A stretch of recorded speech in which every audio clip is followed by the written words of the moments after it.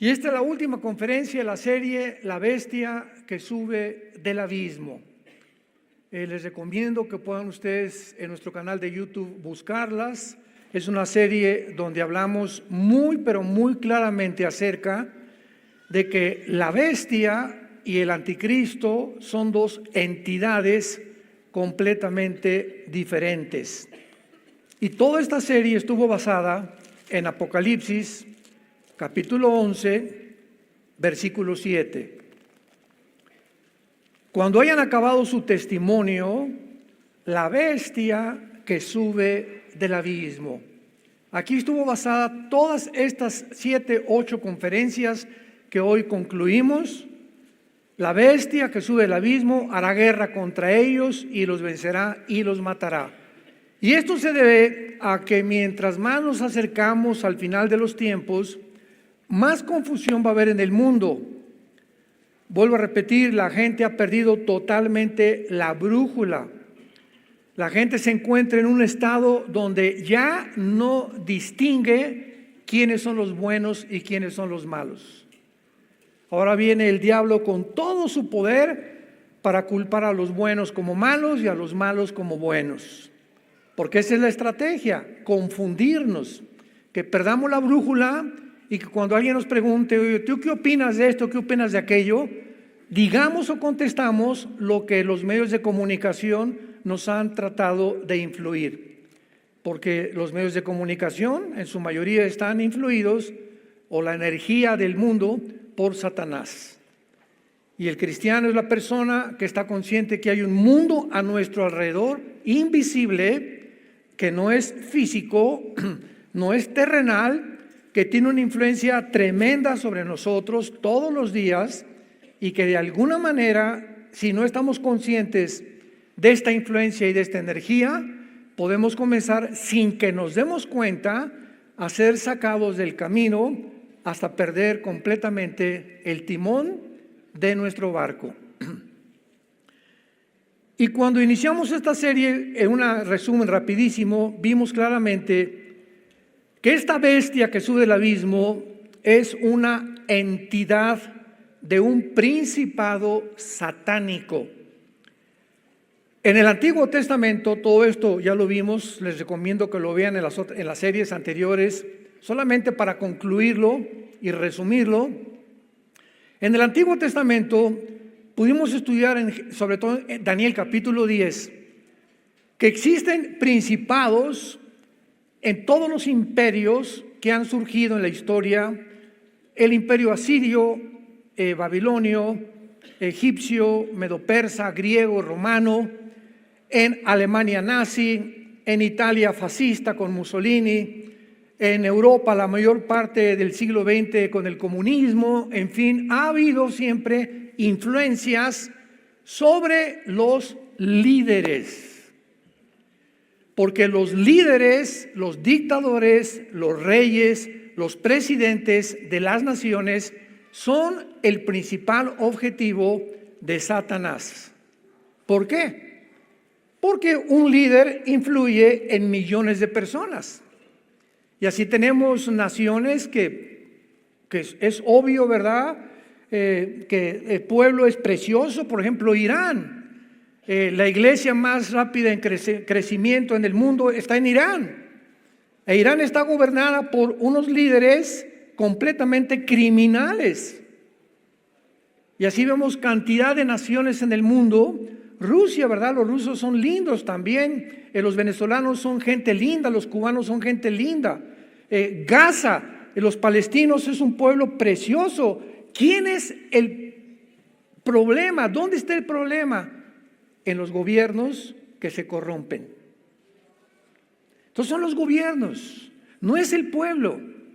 Y siempre a través de toda la historia, los pueblos de todas las naciones, de los imperios, han sido víctimas de gobiernos totalitarios, dictatoriales, corrompidos, criminales, que lo único que han hecho es explotar al pueblo. Es la historia del ser humano. Porque en cuanto un hombre o un ser humano sube a la silla y se sienta en el trono del poder, se olvida hasta de su mamá. y comienzan a ser movidos todos, la mayoría, hay muy pocas excepciones, por dos factores principales: el dinero y los intereses políticos. Entonces, es lo que mueve principalmente el corazón, la voluntad, los sentimientos de un líder político, nacional, reyes, etcétera, etcétera. Y cuando vemos nosotros que hay un principado sobre México, sobre Guatemala, sobre Italia, sobre España, nos damos cuenta por qué la Biblia nos dice, 1 Timoteo 2, del 1 al 4, que oremos por nuestros gobiernos, que oremos por Israel, que oremos por los árabes, que oremos por los líderes en el mundo que se encuentran ahorita. ¿Por qué? Porque es nuestra responsabilidad, es la meta y lo más digno que un cristiano puede hacer. Debemos orar porque nuestra oración influye en que esos líderes no se desboquen ni se degraden tanto como lo podrían hacer cuando no existe el poder invisible de la oración, que es un poder que comienza a repeler, a detener, que se desborde la presa y que inunde completamente las mentes de los seres humanos. Todo esto es importantísimo de asimilar y de comprender. Entonces, se acerca el tiempo, lo hemos visto también, vayamos a Apocalipsis 17, donde ya se explica claramente la bestia. Y repito, la bestia no es el anticristo, como lo demostramos en toda esta serie. La bestia va a ser un principado satánico que gobernó un imperio del pasado, que en el tiempo del apóstol Juan, cuando él escribe el Apocalipsis, este principado satánico no existía porque estaba en el abismo, y que sin embargo este principado que se encuentra todavía en el abismo, cuando surge el anticristo, este principado satánico va a ser sacado del abismo y va a entrar a la persona del anticristo y le va a dar, va a hacer su influencia, le va a otorgar sus poderes, su autoridad, para que el anticristo sea una persona sobrenaturalmente inteligente, impresionantemente clasificado, dice en Daniel 8, 23 al 25, va a resolver los enigmas más misteriosos de la historia humana, va a dar respuestas a un mundo que estaba esperando este tipo de Mesías, y el mundo lo va a adorar. Pero no es él, sino la influencia espiritual que mora dentro del anticristo. Y esto lo explica Apocalipsis 17, versículos 7 y al 8, cuando Juan se queda estupefacto sin entender quién era la gran ramera y de qué forma la bestia iba a estar sometida a la gran ramera, que es el sistema religioso que viene en el mundo entero muy pronto, que va a usar el anticristo para después él quemar a este sistema religioso, hacerlo a un lado y comenzar a gobernar él políticamente y adjudicarse él el nombre de Dios. Se va a llegar el momento en que no va a haber nadie, ya no hay ningún Dios más que yo. Y cuando hablamos de un sistema religioso, esto es importante, no estamos hablando del catolicismo romano, mormones, inclusive del Islam o del hinduismo. Cuando hablamos de sistemas religiosos, desgraciadamente la gente clasifica. Bueno, si es religión, es Dios. Espérame tantito, ¿cuánta ignorancia hay? El budismo es una religión atea. Es un ejemplo. Oye, pero ¿cómo que? Sí, el budismo es ateo. Buda no creía en Dios y está clasificada dentro de las religiones. Entonces, no todas las religiones son de Dios, no, de ninguna manera. Cuando nos hablan, preguntan a nosotros y nos dicen, ¿tú qué eres cristiano? Ahí me preguntaron muchas veces cuando conseguíamos permisos en las universidades, en el Politécnico, en la UNAM, en la Universidad de Monterrey que estuve, en el sur, en Yucatán, etcétera, etcétera. Pero no nos venga a hablar de religión. Y le dije, la Biblia no es un libro religioso. Y desgraciadamente, los que están en contra de los principios éticos y los valores cristianos, la clasifican como un movimiento religioso para decir, es que la educación tiene que ser laica en los gobiernos. No metan la religión. Y le dije, ¿de dónde sacaron esto? La Biblia es el documento histórico, geográfico, político, numérico, físico, genético, bioquímico, de antropología, paleontología, de genética, con la información y la investigación más profunda que pueda haber en ningún otro volumen de literatura.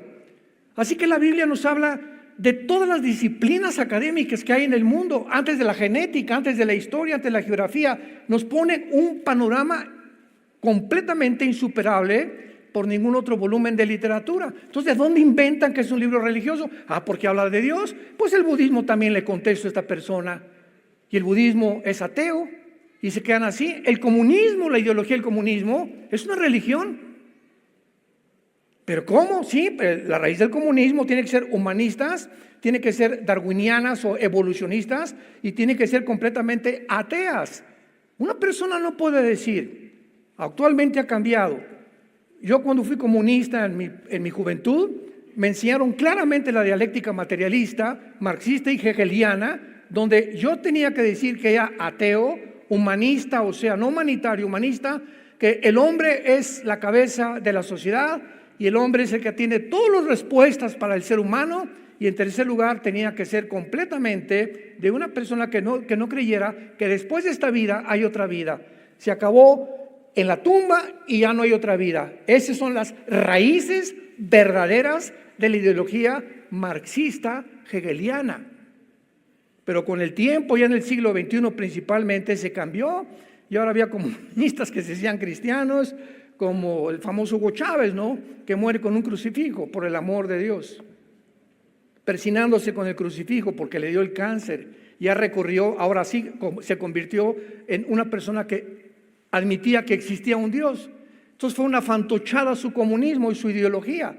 No era una persona completamente íntegra en sus convicciones de decir, yo muero hasta que muera convencido porque esto es así. Y sin embargo ya es una ensalada ahorita de todas las disciplinas académicas que puedan existir. Entonces, el sistema religioso del anticristo va a ser un sistema de ideas mezcladas con la inteligencia artificial, con el transhumanismo y con la ideología de género. Va a ser un sistema de pensamiento que ya comenzó a envolver a los seres humanos para llevarnos a pensar de esa manera y comenzar a creer que realmente tenemos que llegar a creer que un hombre no es un hombre y que una mujer no es una mujer. Ahí ha comenzado todo.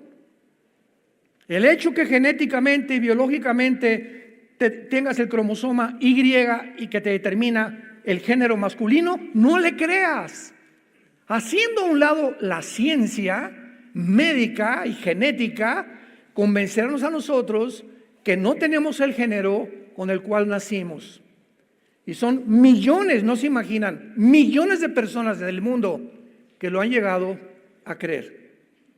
Y exaltar, etcétera, etcétera, en los desfiles que hacen, que son una abominación totalmente a los valores judeocristianos de hace 6,000 años. Entonces, el Espíritu en Apocalipsis 17, versículos 7 al 8, le explica a Juan y le dice, ¿por qué te asombras? Yo te diré el misterio de la mujer. ¿Por qué? Porque ningún ser humano se puede atrever a resolver los misterios de Dios. Los pensamientos de Dios no son nuestros pensamientos. Los caminos de Dios no son nuestros caminos. Tú te enfrentas a la Biblia, es un libro de misterios, la Biblia. Hay misterios por todos lados. ¿Qué significa la palabra misterio? Algo no revelado a la mente humana. Porque la mente humana es limitada, la mente humana es finita, no puede abarcar la mente humana más allá de a donde Dios nos puso ese límite. Y si tú quieres abarcar más allá y decir, es que yo quiero comprender a Dios, y por qué se mueren los niños, y por qué este genocidio, y por qué aquello, no puedes con tu mente tener la respuesta, porque sobrepasa nuestra capacidad de comprensión. Un niño de 6, 7 años no puede entender la fórmula física E igual a mc al cuadrado de Alberto Einstein. La energía es igual a la materia por la velocidad de la luz al cuadrado. ¿Por qué, niño? Porque aunque yo te lo explique, no está desarrollado tu cerebro, ni tu entendimiento. Espérate a crecer a los 18, 20, 25 años tal vez, métete a estudiar matemáticas y física cuántica y vas a entender esto. Y así es la mente humana de los adultos también. Nos enfrentamos en la Biblia con un mundo de misterios. Y esta es la razón por la cual la mayor parte de los que profesaron el ateísmo en el siglo XX acabaron locos, acabaron degenerados moralmente, acabaron en un psiquiatra como el padre del ateísmo, Friedrich Nietzsche, que acabó en un psiquiatra, el pobre, ¿verdad? Porque escribió un libro que se llama Así hablaba el anticristo, y cantidad de libros que los leí como 2 o 3 veces cada uno de ellos, y llegó el momento en que él ya no pudo enfrentarse con respuestas y se volvió loco. Porque esta es la forma en la que la mente reacciona cuando chocas contra algo y te frustras y no lo entiendes, pierdes el reguilete, tus neuronas comienzan aquí adentro del cerebro a emitir como cosas eléctricas y te produce locura. Pierdes el entendimiento, pierdes la razón. Y ahora a lo bueno le llamas malo y a lo malo le llamas bueno, malo o bueno, que es el síntoma más grande cuando un ser humano ha perdido completamente la razón. Cuando ya no distingue entre el bien y entre el mal. Yo te diré el misterio. Fue un ángel el que nos da, o el Espíritu Santo, el que nos revela los misterios de Dios. Nadie más. El misterio de la mujer y de la bestia que la trae, la cual tiene 7 cabezas y los 10 cuernos. Atención, versículo 8. La bestia que has visto, que ha sido el tema de toda esta serie, la bestia era. O sea, en tiempos de Juan hace 2000 años, esta bestia no existía. Era, o sea, fue en el pasado. Y no es. En el tiempo de Juan tampoco existía.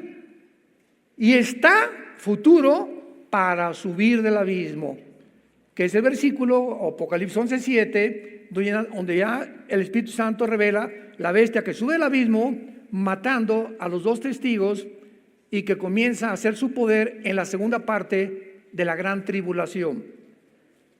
E ir a la perdición y los moradores de la tierra, aquellos cuyos nombres no están escritos desde la fundación del mundo en el libro de la vida, se asombrarán viendo la bestia que era y no es y será. Y para terminar este resumen rapidísimo, quedamos claramente en estos principios. En la Biblia hay 3 prisiones debajo del mundo. Está el Tartarus, que en 2 de Pedro se tradujo infierno, y la palabra ahí es la palabra griega Tartarus, que es donde están los ángeles caídos. La otra prisión que está en el centro de la tierra es el abismo. Y en el abismo están los demonios y están ángeles caídos. Dice Apocalipsis 9 que el jefe del abismo es un ángel llamado Apolión o Abadón, que significa el destructor. Pero los seres humanos cuando mueren no descienden ni al Tartarus ni al abismo. Un ser humano cuando muere en pecado o sin Cristo desciende a un lugar que se llama el infierno. Entonces, en el infierno no hay demonios, son espíritus humanos nada más. En el abismo no hay seres humanos, son puros demonios y ángeles caídos. Y en el Tartarus están los ángeles que pecaron en el tiempo de Noé, que fueron encerrados en prisiones de oscuridad para ser juzgados más adelante después del milenio. Entonces, cuando dice la Biblia en Apocalipsis 11:7, la bestia que sube del abismo, inmediatamente asumimos que no puede ser el anticristo, porque el anticristo es un ser humano como tú y como yo. ¿Cómo lo sabemos? ¿Qué acaso no será una computadora el anticristo? ¿Han dicho? ¿O no será un sistema o hasta un imperio? De ninguna manera. ¿Cómo lo sabemos? Porque en Apocalipsis 20 dice que va a ser lanzado al lago de fuego. O sea, una computadora no la lanzas al lago de fuego, ni un imperio.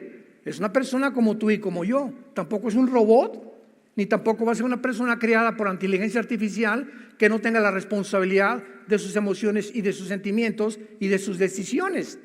Entonces el anticristo tiene que ser un ser humano como tú y como yo, así como Cristo tenía que nacer como un ser humano como tú y como yo para morir en una cruz y pagar por nuestros pecados.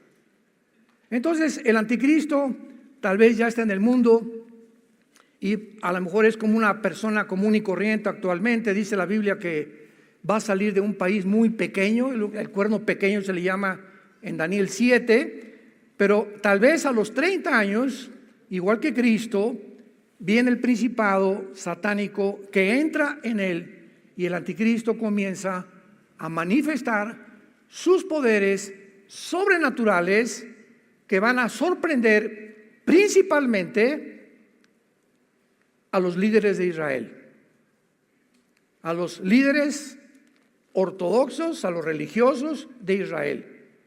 Y ellos van a estar convencidos, los líderes de Israel, que este hombre tiene el poder de cuidarlos, de protegerlos durante 7 años.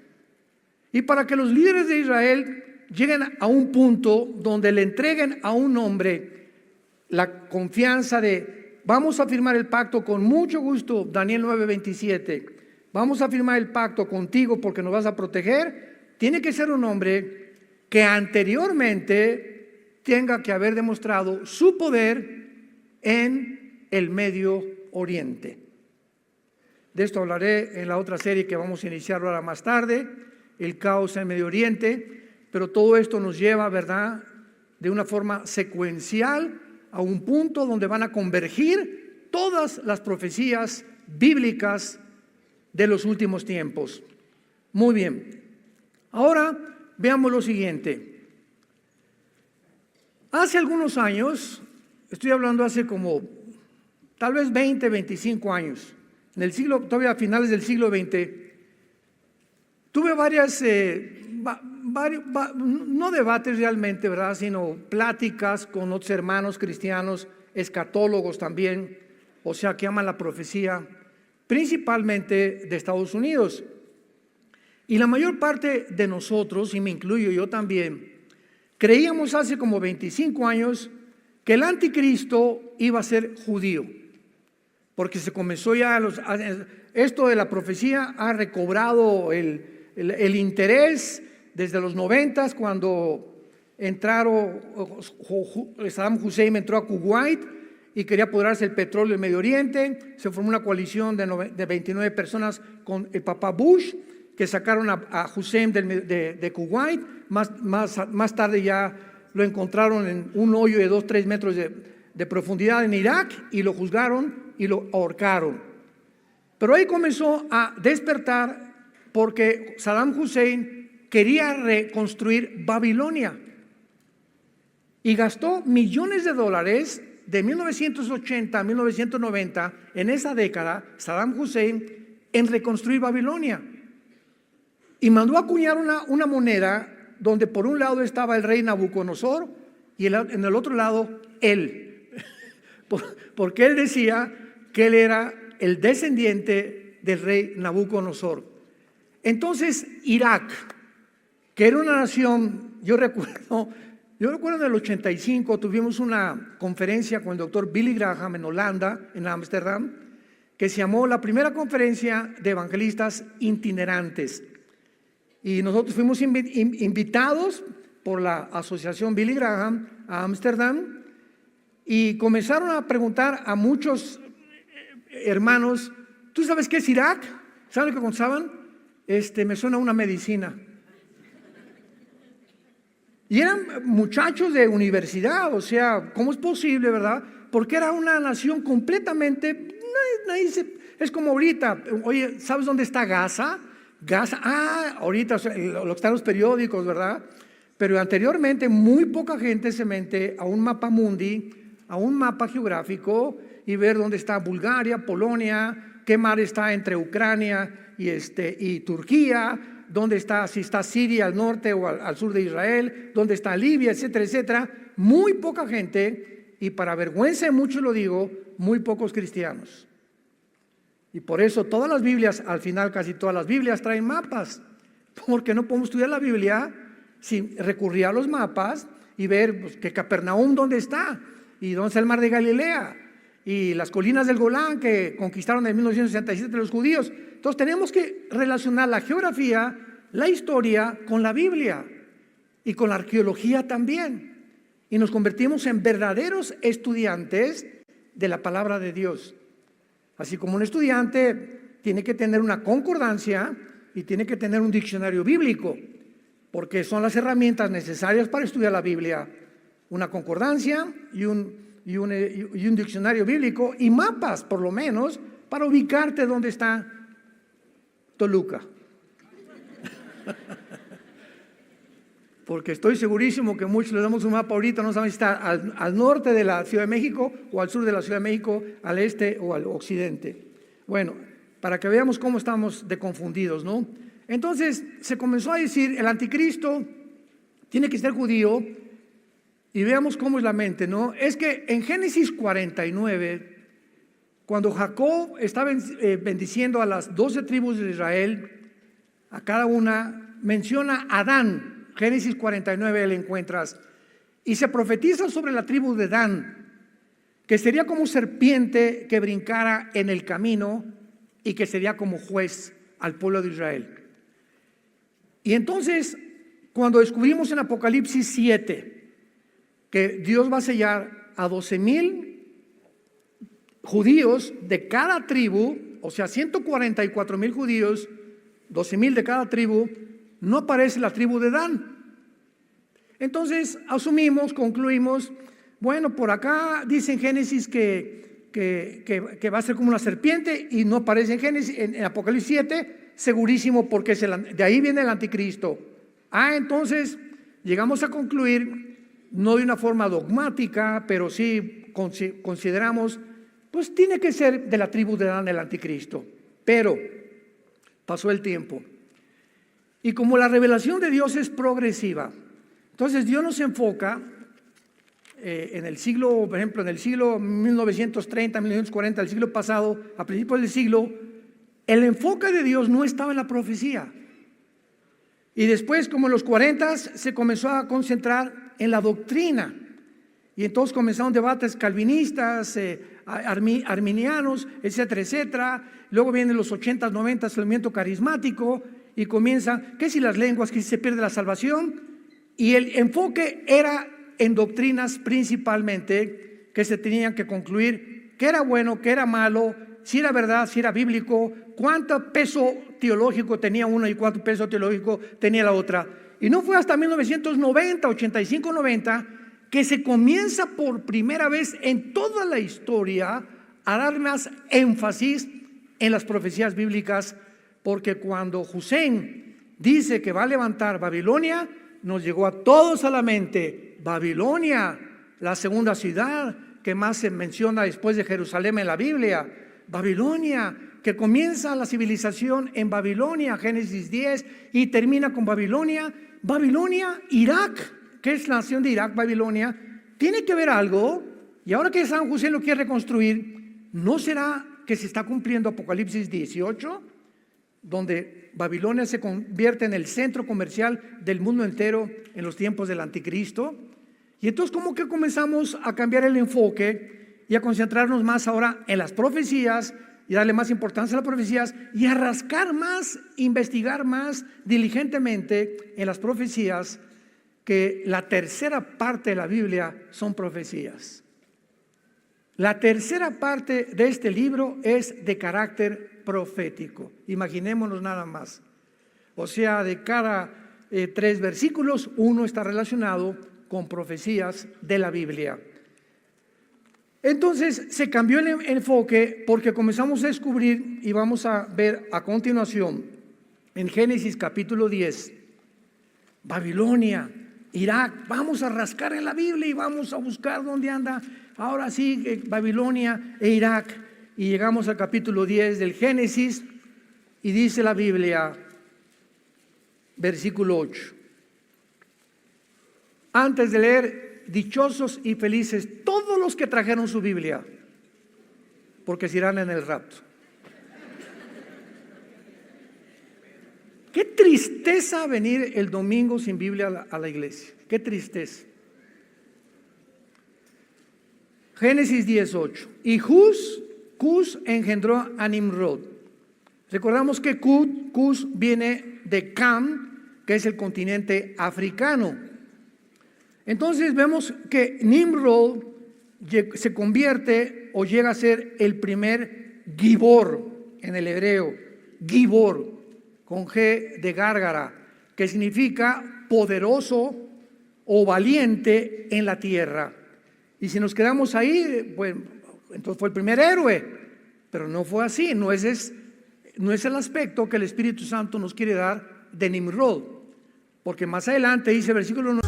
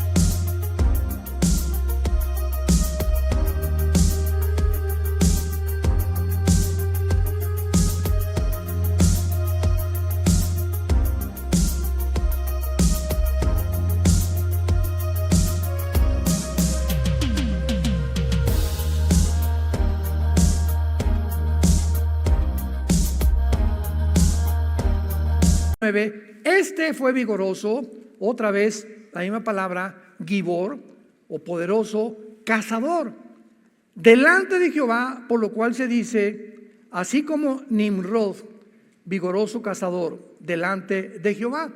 Y aquí vemos nosotros que la palabra delante de Jehová significa que él era un cazador de almas y no un cazador de animales, como posiblemente se pueda asumir o considerar en una lectura superficial. ¿Y cómo lo comprobamos? Porque más adelante en el capítulo 11 de la Biblia, él, este poderoso cazador, es el primer ser humano. La palabra Nimrod significa rebelde en el hebreo. El primer ser humano en organizar la primera rebelión masiva en contra de Dios en la Torre de Babel. La serie antes de esto, todo cubrimos lo que es Babel, ¿se acuerdan? Estudiamos desde Génesis 10 hasta el Apocalipsis, toda la historia de Babilonia. También la pueden encontrar en las conferencias que hemos dado. Entonces Nimrod se levanta como el primer rebelde porque 1500 años después de Adán, a ver, vamos por orden, nace Adán y pasan 1500 años en el mundo donde casi no había leyes. Y el mundo se convierte en un mundo, en un zoológico humano, donde los seres humanos comienzan a mezclarse, hombres con hombres, mujeres con mujeres, con animales, bestialismo, con niños. Se sumergen en el ocultismo, en la brujería, en todas las cosas desconocidas, etcétera, etcétera. Y finalmente los ángeles caídos que habitaban todavía en la tierra.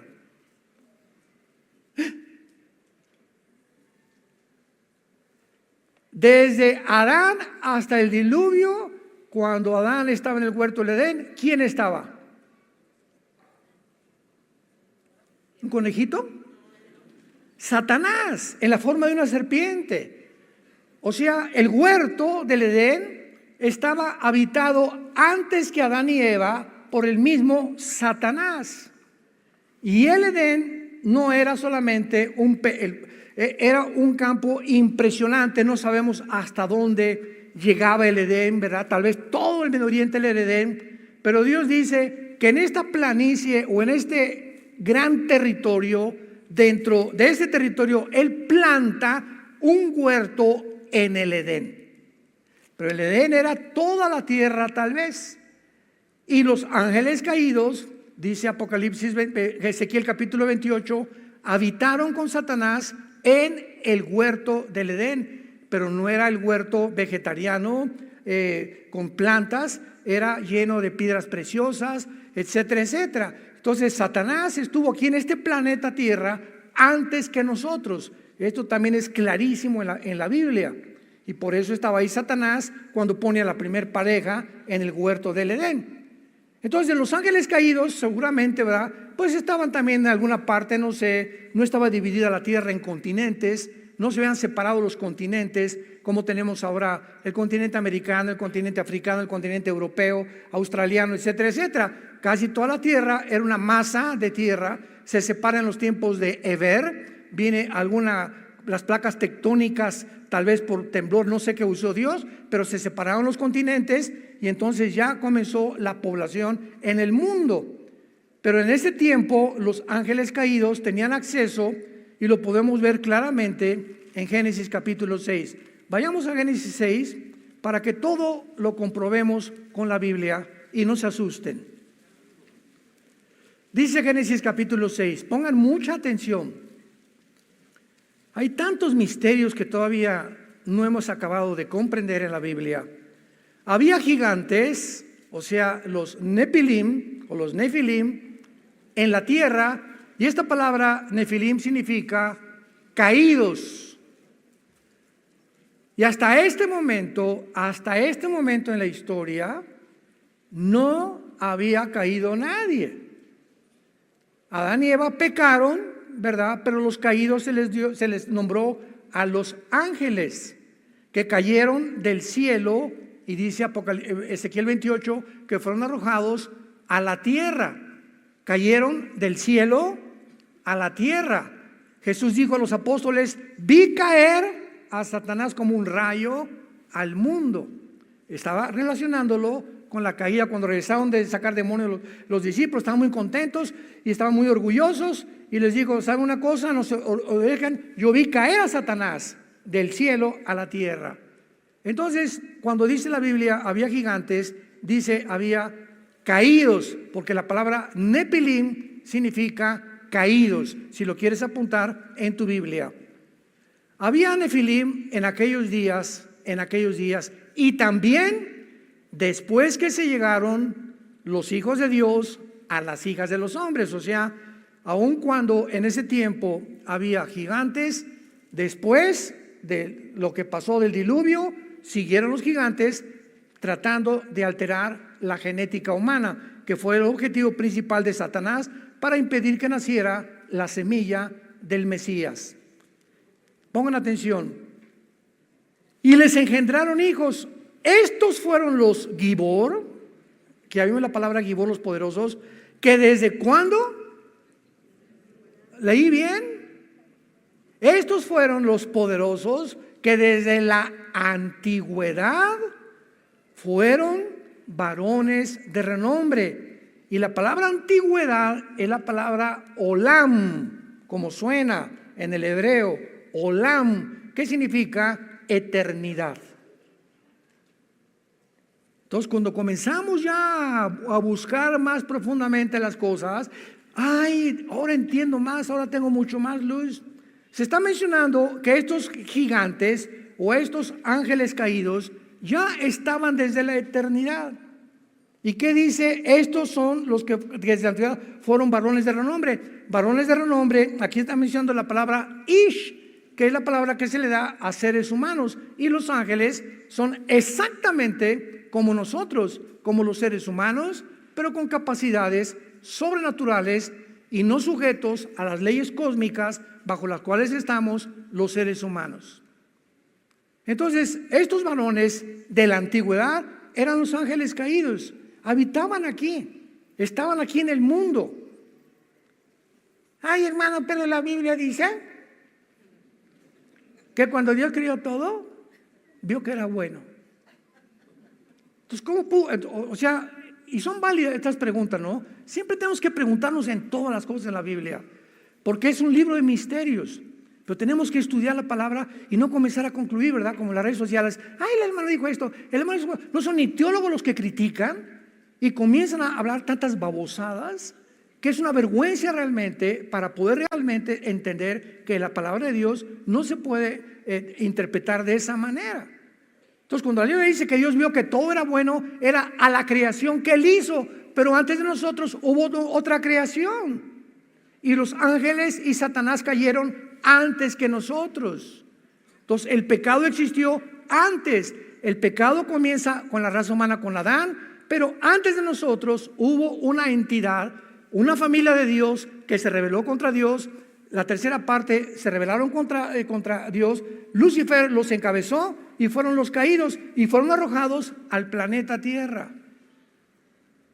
Y todo el sistema solar que nosotros conocemos, ve Marte, ve Plutón, ve Mercurio, son planetas que parece que fueron bombardeados en el pasado con hoyos, con cavernas, etcétera, etcétera, de una forma terrible, ¿verdad? Inhabitados, y que parece que no fueron creados de esa forma, porque Dios no creó, dicen Isaías 45, que Dios no creó la tierra en vano, la creó para ser ocupada. Entonces, cuando Dios dice que vio Dios que todo era bueno, se refería a la creación, al hombre, las flores, y todo era bueno, no había lluvia, no había pecado, no había maldad, pero la maldad ya existía antes en los seres angelicales. ¿Me van siguiendo? Tenemos que tener mucha atención y ver todo esto secuencialmente para entender la palabra de Dios. Entonces, cuando dice la Biblia que Nimrod comenzó a levantar y a rebelar y a promover la rebelión contra Dios, vemos que habitó en Babilonia y estábamos en Génesis capítulo 10, los versículos que nos faltaron, versículo 10, y fue el comienzo de su reino, Babel. El primer rebelde, el primer ser humano, el primer líder de maldad en la tierra, ya no Satanás ni los ángeles, fue un hombre llamado Nimrod. Y la Biblia lo ubica donde se encuentra actualmente Irak y Siria. Donde están ahorita las naciones de Siria y de Irak era la región geográfica en el Antiguo Testamento que se describió con el nombre de la tierra de Sinar, la tierra de los babilonios o Babilonia, que corresponde a Irak y a Siria, que ya fueron divididos.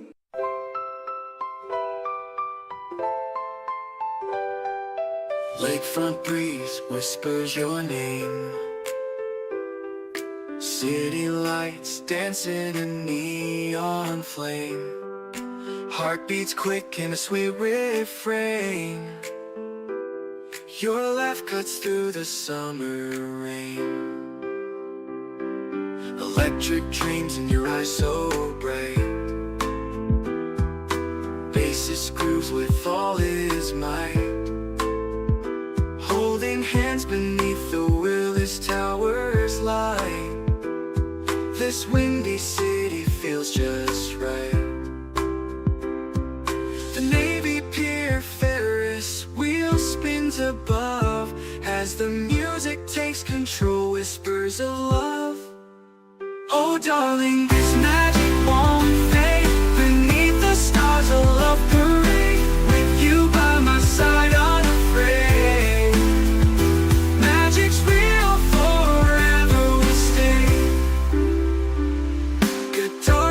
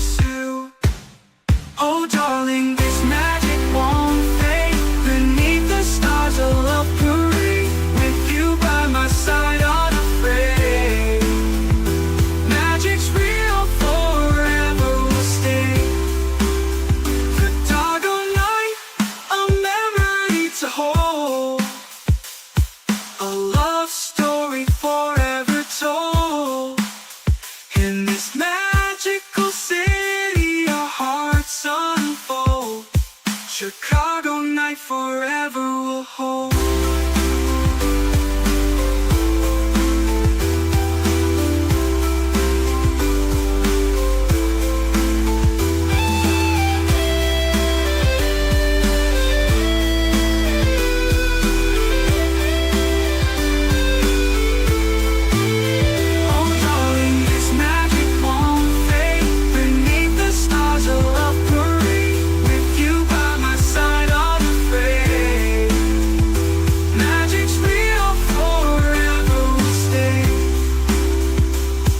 Chicago night forever will hold.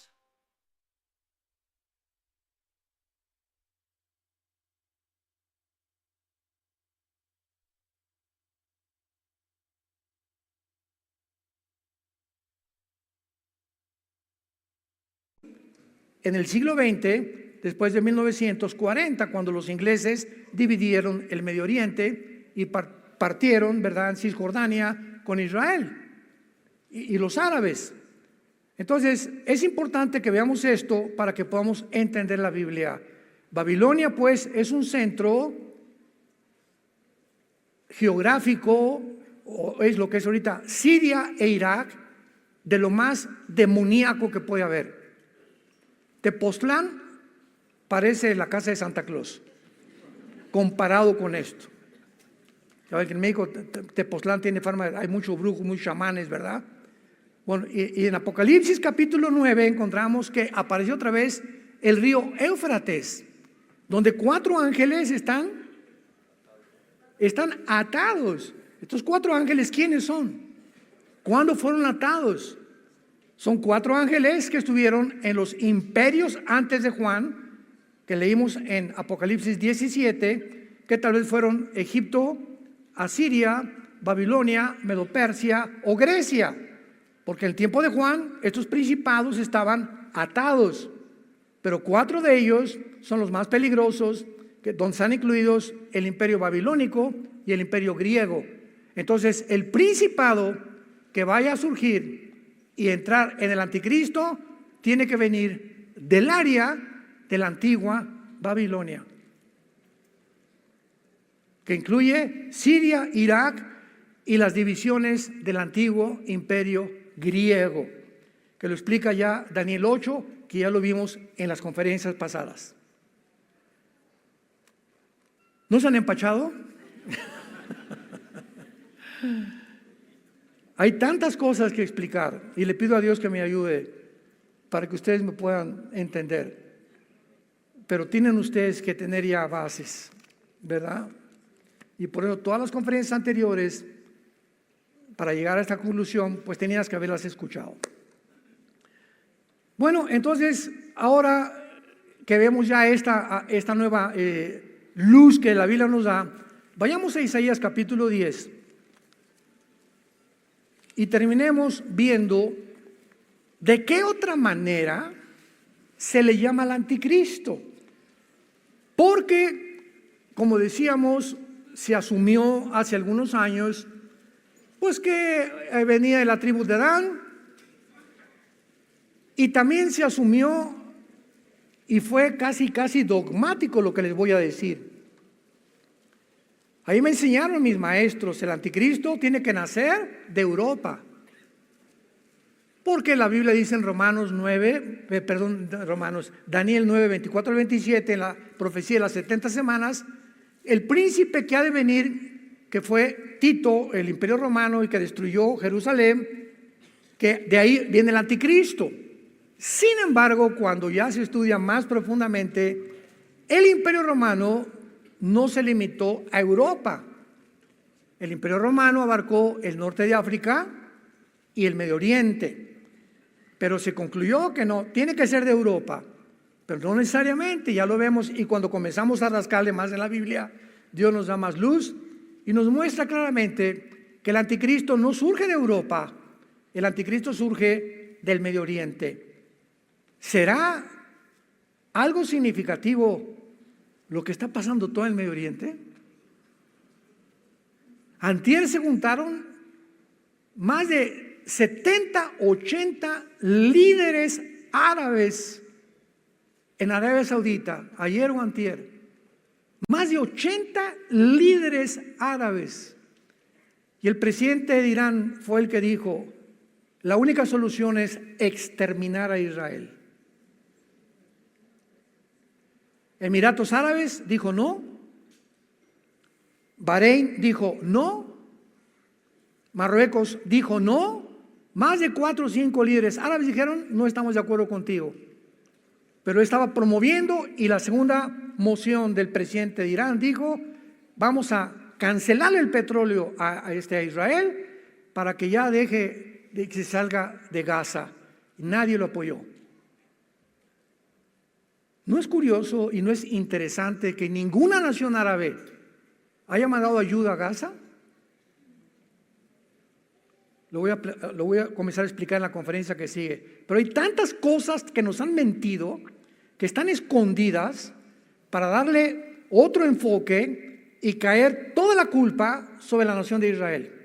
Y tampoco es sorpresa, porque la Biblia dice, Zacarías 12, versículos 2 y 3, que la tercera guerra mundial, la mecha que la va a prender será la ciudad de Jerusalén. O sea, este antisemitismo que hay en el mundo no es sorpresa, es otra evidencia que nos vamos con una velocidad impresionante a que venga Jesús por nosotros. Adiós.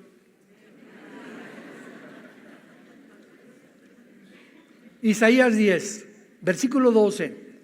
Acontecerá que después que el Señor haya acabado toda su obra en Sión y en Jerusalén, me detengo.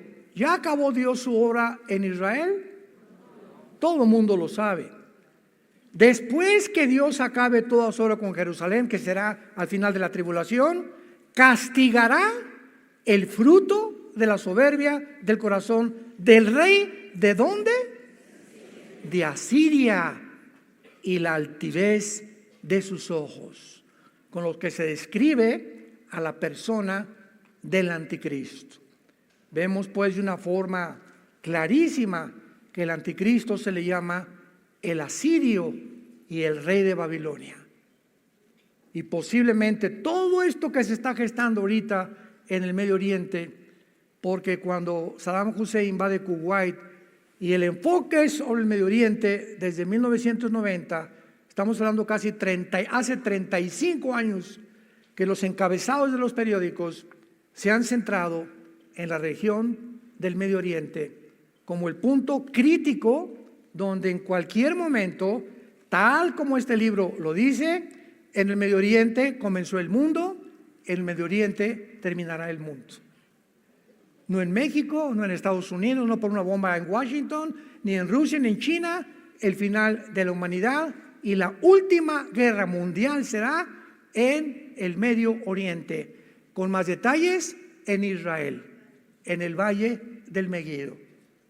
¿Qué es lo que moverá a todas las naciones con un odio para destruir Israel? Ya lo estamos comenzando a ver. El odio que tiene hace 6,000 años Satanás con el pueblo que levantó para que a través de él viniera el Mesías y tuviéramos la palabra de Dios. Preparemos nuestros corazones porque nuestra redención se acerca cada día más y más y más. Padre, te damos las gracias. Te bendecimos con todo el corazón por la palabra profética más segura, a la cual haríamos bien en estar atentos hoy más que nunca, como la única antorcha. No existe ninguna otra luz, ningún medio de comunicación, ningún politólogo, ningún filósofo, ningún escritor. Nadie puede atreverse a opinar acerca de lo que pasa en el mundo más que tú.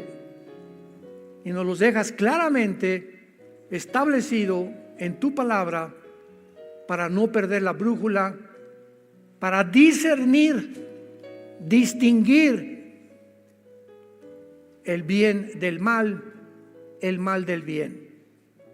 El propósito satánico es mezclarlos a los dos. Ya no hay blanco ni hay negro, ahora hay gris.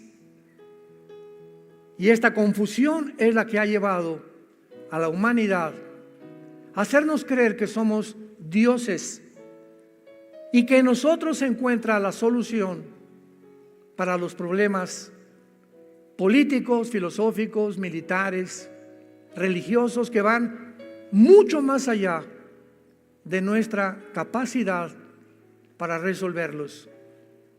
Precisamente porque no somos dioses, somos hombres vulnerables, con pies de barro, débiles, frágiles, que necesitamos de una forma urgente a tu Hijo Jesucristo, quien abrió sus brazos en una cruz hace 2000 años para decirnos que tú nos amas y que Él es el ejemplo máximo al dar su vida, su sangre, para el perdón de nuestros pecados. Gracias, Jesús, por tan grande sacrificio, porque fuiste crucificado, enterrado y resucitado a los 3 días para entrar a vivir a nuestro corazón. Y ahora esta esperanza la mantendremos hasta el fin, a la que todos hemos sido llamados, para jamás avergonzarnos de llamarnos tus hijos y tus hijas hasta la venida de Jesús. Amén.